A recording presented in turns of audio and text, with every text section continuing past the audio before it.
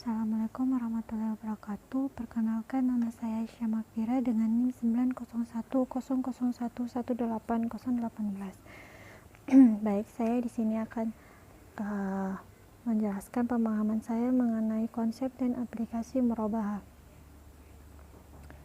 Pengertian dari murabahah sendiri, murabahah berasal dari kata yurabaha, yurabbihu, dan murabahatan, yang makna dari kata tersebut adalah keuntungan, profit, dan laba.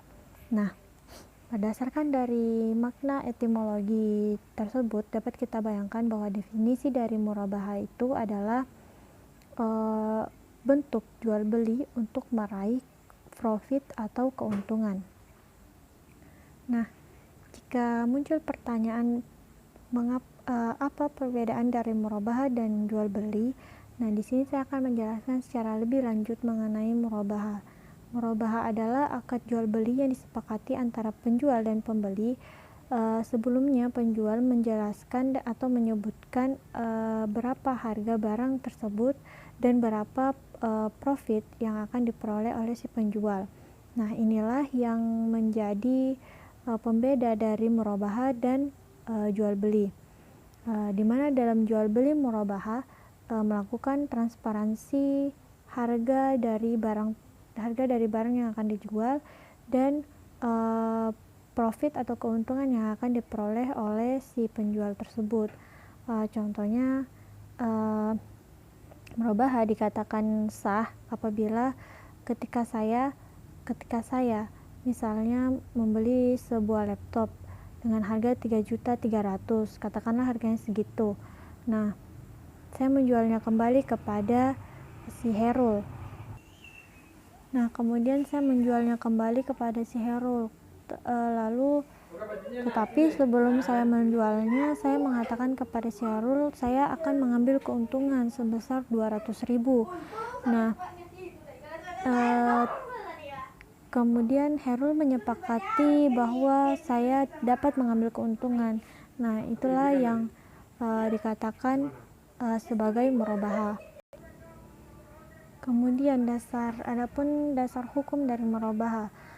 Sebenarnya belum ada dalil yang khusus membahas tentang murabahah, tapi di sini diambil dalil umum yang membahas tentang jual beli dan terletak pada Quran surah Al-Baqarah ayat 275 yang berbunyi wa ahalallahul bai'a wa harramar riba.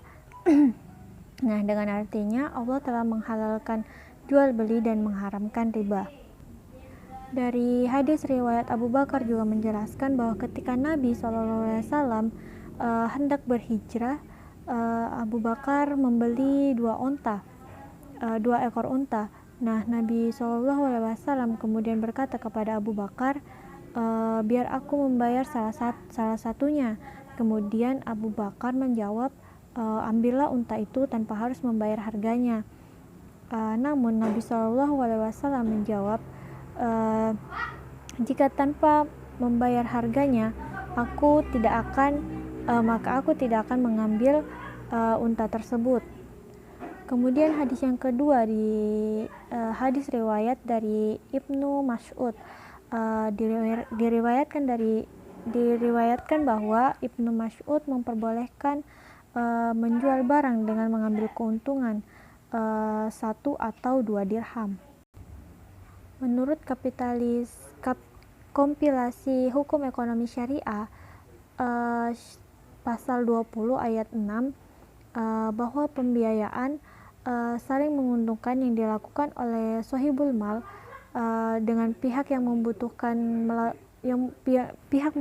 barang melalui transaksi jual beli dengan menjelaskan bahwa harga pengadaan barang dan harga jual tersebut adalah nilai lebih yang merupakan keuntungan atau laba bagi sohibul mal, dan pembeliannya dilakukan secara tunai maupun berangsur. Kemudian submateri yang akan saya bahas adalah rukun dan syarat murabahah. Nah, di sini rukun dari murabahah itu sama halnya dengan rukun jual beli. Ada pembeli, yang pertama itu ada pembeli, ada penjual, ada harga barang yang ditetapkan, kemudian harga dan akad yang disepakati, kemudian yang terakhir ijab dan kabul. Nah, syarat dari murabahah itu sendiri yang pertama para pihak yang berakad harus cakap hukum dan tidak dalam keadaan terpaksa. Jadi penjual tidak boleh semena-mena dalam menetapkan harga dan tidak boleh semena-mena dalam memperoleh keuntungan dari hasil penjualannya. Jadi kedua belah pihak ini memang harus cakap hukum, tidak boleh di bawah umur, dan pembeli itu harus mengetahui ketentuan-ketentuan yang ditetapkan oleh si sohibul mal. Yang kedua, barang yang menjadi objek transaksi barang yang halal. Jadi di sini dimana barangnya itu harus jelas jenis, bentuk, ukuran dan jumlah. Nah, yang ketiga itu harganya harus dinyatakan secara transparan, seperti harga pokok dan komponen keuntungan, dan mekanisme pembayarannya harus disebutkan dengan jelas. Misalnya pembayarannya itu dilakukan secara cash atau secara kredit. Dan yang terakhir syaratnya adalah pernyataan serah terima dalam ijab kabul harus dijelaskan dan disebutkan secara spesifik kepada pihak-pihak yang terlibat dalam akad tersebut.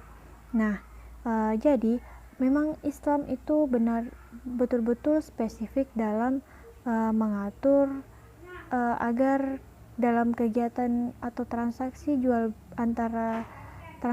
beli antara pihak pertama dan pihak kedua, pihak penjual dan pembeli, tidak ada yang terzolimi, malah bahkan keduanya tetap kedua belah pihak itu sama-sama diuntungkan. Nah, submateri yang akan saya bahas selanjutnya adalah murabahah dengan permintaan pembeli. Apa sih itu murabahah dengan permintaan pembeli? Nah, apabila ada dua pihak, katakanlah pihak A dan pihak B. Nah, pihak A ini memohon dan meminta kepada pihak B untuk dibelikan suatu barang. Kemudian pihak A ini memberi keuntungan kepada pihak B. Jadi di sini di dalam murabahah dengan permintaan pembeli itu ada dua macam. Yang pertama murabahah dengan perjanjian mengikat, yang kedua itu murabahah tanpa perjanjian mengikat. Nah, apa sih itu murabahah dengan perjanjian mengikat? Jadi murabahah dengan perjanjian mengikat itu misal saya memberi permohonan kepada pihak Herul. Nah, untuk permohonan itu untuk dibelikan sebuah rumah, katakanlah rumahnya itu 50 juta. Jadi saya mohon kepada Herul untuk dibelikan rumah. Jadi saya melakukan kesepakatan dan saya akan memberikan keuntungan, tetapi objek tersebut atau rumah tersebut belum ada. Nah, inilah yang membuat beberapa ulama berpendapat bahwa model transaksi ini itu diharamkan. Kemudian hadis dari Abu Daud juga menjelaskan tentang pengharaman atau tidak halalnya model transaksi ini karena menggabungkan antara utang dan jual beli, di mana kita ketahui bahwa hutang dan jual beli itu tidak boleh dicampur adukan. Adapun beberapa ulama berpendapat tentang pembolehannya transaksi semacam ini karena mereka berpendapat bahwa kebutuhan manusia saat ini membutuhkan penyelesaian hukum yang secara fleksibel, karena selama itu menyangkut kebutuhan manusia maka itu diperbolehkan. Kemudian dapat disimpulkan dari pendapat Khalid bin Ali al-Musyaikih, dari kedua pendapat tersebut dapat diambil benang merahnya bahwa pendapat yang kuat tetap melarangkan atau mengharamkan murabahah dengan model transaksi seperti ini yang mengikat. Kemudian yang terakhir yang akan saya jelaskan adalah murabahah tanpa perjanjian mengikat. Nah, di sini di sini saya akan menjelaskan. Jadi dengan contoh, misal saya memberi permohonan kepada pihak bank. Saya memberi permohonan untuk membelikan saya sebuah rumah. Katakanlah harga rumah itu sebesar 100 juta. Nah, pihak bank ini yang mencarikan rumah tersebut. Kemudian kita memberi kesepakatan dan saya akan membayarnya secara cicil atau berangsur. Nah, setelah misal saya angsur itu selama 3 tahun. Nah, setelah selesai dari 3 tahun itu, baru sertifikat rumah akan diberikan kepada saya. Tetapi sebelum kesepakatan awal itu memang objeknya sudah ada. Nah, inilah yang diperbolehkan oleh beberapa ulama. Model transaksi seperti inilah yang dibolehkan oleh beberapa ulama. Mungkin itu saja yang dapat saya sampaikan, Bu. Lebih dan kurangnya mohon dimaafkan. Waalaikumsalam warahmatullahi wabarakatuh.